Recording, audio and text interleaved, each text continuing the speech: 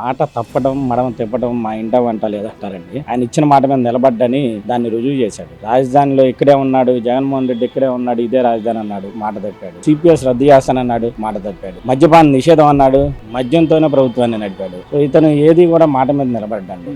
ఇతను మంచి చేయడానికి రాలేదు. సార్, చదువుకున్న వ్యక్తిగా ఈ రోజున జగన్మోహన్ రెడ్డి గారి పర్యటనలు చూస్తుంటే అసలు మీకు ఏమనిపిస్తుంది? ఆయన ప్రతి చోటకి వెళ్ళిన ప్రతి దగ్గర కూడా వచ్చేది మన ప్రభుత్వమే, కళ్ళు మూసుకోండి, 3 ఏళ్ల తర్వాత అది నేను ₹1 కోటి ఇస్తాను అంటారు అంతే. కానీ అక్కడ జరిగిన ఘటన ఏంటి? ఆ రోజు మత్స్యకారులు వేటకు వెళ్ళారు, ప్రమాదవశాత్తు చనిపోయారు. కాంపన్సేషన్ కింద ప్రభుత్వం 20 లక్షలు ప్రకటిస్తే ముష్టి 20 లక్షలు ఇచ్చేది ఏంటి అంటాడు.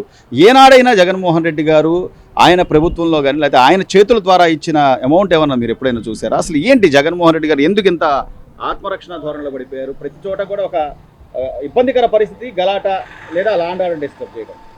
జగన్మోహన్ రెడ్డి గారు మొదటిగా ఆయన పార్టీ కార్యకర్తలకి ఒక భరోసా ఇచ్చే కార్యక్రమాన్ని పెట్టుకున్నాడండి.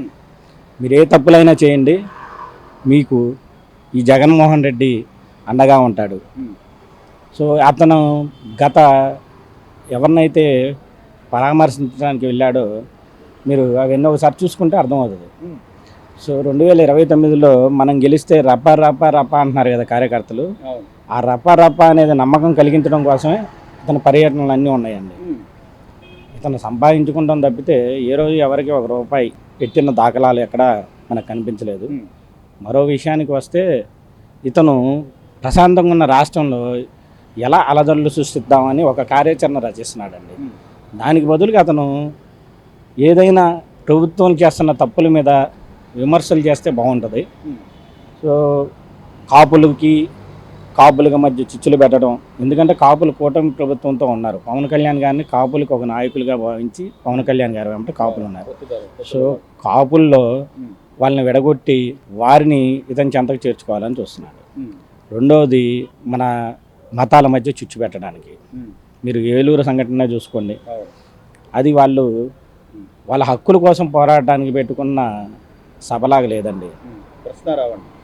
సో మీరు చూస్తే వాళ్ళంతా 2029లో వచ్చేది మా ప్రభుత్వమే అంటే మీరు ప్రభుత్వ సభ పెట్టుకున్నారా, లేకపోతే మీ హక్కుల కోసం మాట్లాడటానికి సభ పెట్టుకున్నారా? దీన్ని ఎవరు నడిపిస్తున్నారు అనేది ప్రజలు అర్థం చేసుకోలేని పిచ్చి వాళ్ళు ఏం కాదండి.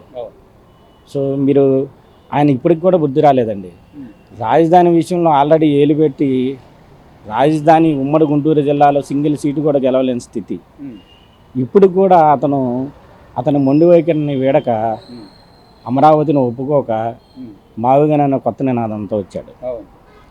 ఇతను ఎప్పటికీ మారడు. సో ఇతని గురించి మనం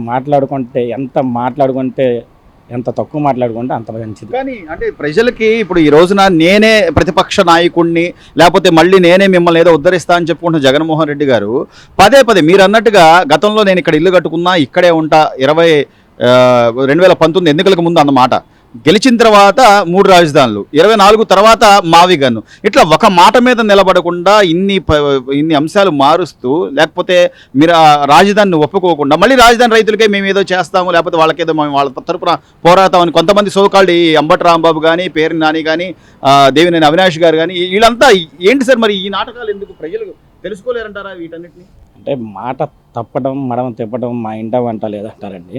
ఆయన ఇచ్చిన మాట మీద నిలబడ్డని దాన్ని రుజువు చేశాడు. రాజధానిలో ఇక్కడే ఉన్నాడు, జగన్మోహన్ రెడ్డి ఇక్కడే ఉన్నాడు, ఇదే రాజధాని అన్నాడు, మాట తప్పాడు. సిపిఎస్ రద్దు చేస్తానన్నాడు, మాట తప్పాడు. మద్యపాన నిషేధం అన్నాడు, మద్యంతోనే ప్రభుత్వాన్ని నడిపాడు. సో ఇతను ఏది కూడా మాట మీద నిలబడ్డండి. ఇతను మంచి చేయడానికి రాలేదు.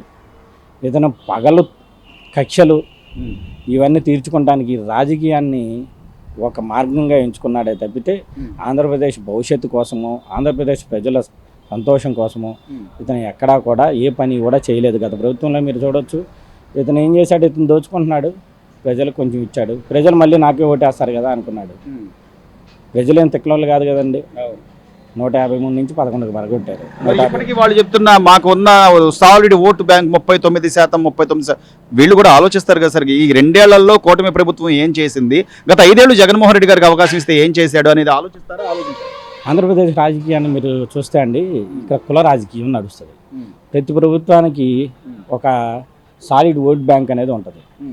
వీరెప్పుడు గవర్నమెంట్ ఏం డిసైడ్ చేయలేరండి. పైన ఒక 10% మధ్యగా ఉంటారు తటస్థికులు, వారు మాత్రమే గవర్నమెంట్ని శాసిస్తారు. సో ప్రతి ప్రభుత్వానికి, తెలుగుదేశానికైనా గతంలో కూడా 37% ఓటు బ్యాంక్ వచ్చింది. అలానే జనసేనకు కూడా 6% ఓట్ బ్యాంక్ వచ్చింది. జగన్మోహన్ రెడ్డి గారికి కూడా ఈసారి 40% ఓట్ బ్యాంక్ వచ్చి ఉండొచ్చు.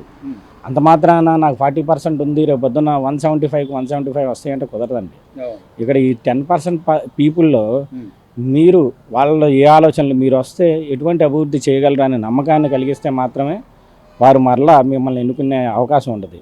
మీరు ఇప్పటి వరకు ఈ 2 సంవత్సరాల్లో ప్రభుత్వం ప్రజలకి ఏం మంచి చేసిందో తెలియదు, కానీ మీరు మాత్రం నన్ను మాత్రం ఎంచుకుంటే 2029లో ఈ రాష్ట్రాన్ని నాశనం చేస్తానని ఒక గొప్ప మెసేజ్ ప్రజలకు అందించారండి.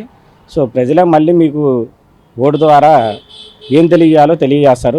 జగన్మోహన్ రెడ్డి గారు ఈ మధ్య పదే చెప్తుంది, కళ్ళు మూసుకున్నాం 2 ఏళ్ళు అయిపోయింది, కళ్ళు మూసుకోండి ఇంకో 3 ఏళ్ళు అయిపోద్ది, వచ్చేది మన ప్రభుత్వమే, మనం వచ్చాక ₹1 కోటి కాంపన్సేషన్ ఇస్తాను, లేకపోతే ఒక్కొక్కటి సంగతి తెలుస్తాను, లేకపోతే రప్ప.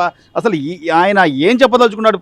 అంటే ప్రజల్ని బెదిరించడానికి ఇలాంటి మాటలు మాట్లాడుతున్నాడు అంటారా, లేకపోతే ఆయన ఏం చేయలేక అదేదో మేకపోదు గాంభీర్యం అంటారు?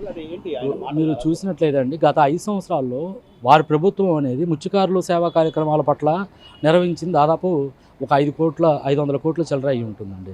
కానీ ఈ కూటమి ప్రభుత్వం వచ్చిన తర్వాత ఈ 2 సంవత్సరాల్లో దాదాపు 546 కోట్లు ముత్యకారుల సేవల కోసం, లేకపోతే వాళ్ళ యొక్క అభివృద్ధి కార్యక్రమాల కోసం పూర్తిగా ఇచ్చినవని మీ అందరికి కూడా తెలుసండి.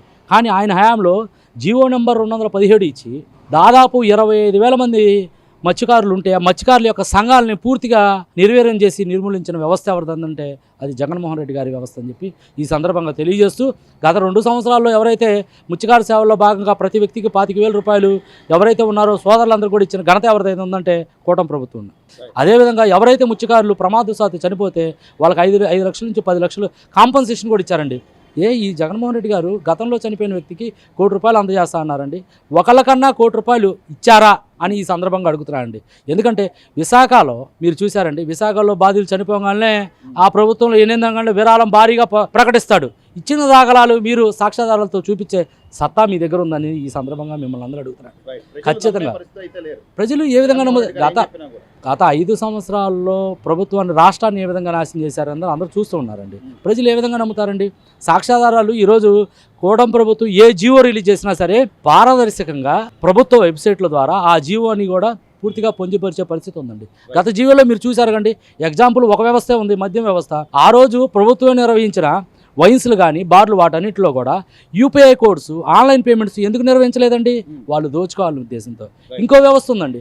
అదేవిధంగా ఇసుకని మనం చూసాం, తక్కువ ₹6,000, ₹7,000 ఒక ట్రాక్టరు ఇసుకని అనేది అమ్ముకున్న వైనే ఉందండి. కానీ ఈ ప్రభుత్వంలో ట్రాక్టర్ రవాణా ఖర్చులు, కూలీలు ఉచితంగా అవన్నీ పూర్తి ఉచిత ఇసుకిస్తూ రవాణా ఖర్చులు భరిస్తే చాలు అని చెప్పేసి ఈ ప్రభుత్వం ఇస్తుందండి. ఈ రెండింటిని కూడా గమనిస్తూ ఉన్నారండి ప్రజలు, ప్రతిదీ గమనిస్తున్నారు. సంక్షేమంలో భాగంగా తల్లికి వందనం కూడా రేపు 22వ తారీఖు ఎంతమంది బిడ్డలు ఉంటే అంతమందికి గత కూటమి ప్రభుత్వం ఇచ్చిన మాట ప్రకారం లాస్ట్ సంవత్సరం ఇచ్చారు, మళ్ళీ అదే సంవత్సరం ఈరోజు ఇవ్వబోతున్నారు. అన్నదాత సుఖీభావ ఇచ్చారు, గ్యాస్ సిలిండర్లు ఇచ్చారు. అదేవిధంగా పేదల కడుపు నింపాలని అన్నా క్యాంటీన్లు అండి, మీరందరూ కూడా చూస్తున్నారు. అన్నా క్యాంటీన్లు కూడా ఇవన్నీ నిర్వహిస్తున్నారు. చెప్పిన విధంగా పెన్షన్ విధానాన్ని 4,000, 6,000, 10,000, ₹15,000 దాకా వాళ్ళ యొక్క పరిస్థితులు బట్టి ఈరోజు కూటమి ప్రభుత్వం అండంగా ఉందండి. ఒకవైపు అభివృద్ధిలో భాగంగా అన్ని కార్యక్రమాలు చేసుకుంటున్నారు, రోడ్డు రవాణా వ్యవస్థ కానీ, పారిశ్రామిక విధానం కానీ, ఇవన్నీ కూడా అది ప్రజలు నమ్మే పరిస్థితి అయితే లేదండి.